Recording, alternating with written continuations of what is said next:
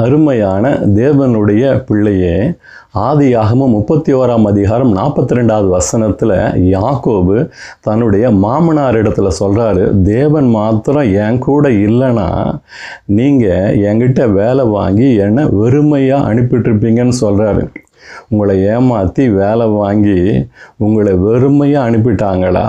துக்கத்தோடு இருக்கிறீங்களா? கவலைப்படாதீங்க.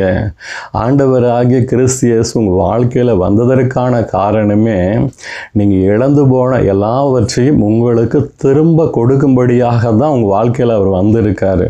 நீங்கள் எல்லாவற்றையும் திருப்பி கொள்வீங்க, திரும்பி பெற்றுக்கொள்வீங்க, மடங்குகளாக நீங்கள் திரும்பி சுதந்திரித்து கொள்வீங்க.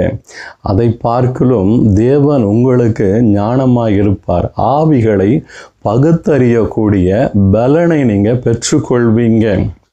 இனி வரும் நாட்களில் அந்த தேவனுடைய ஞானத்தினால நீங்கள் மகிழ்ச்சியாய் வாழ்வீங்க.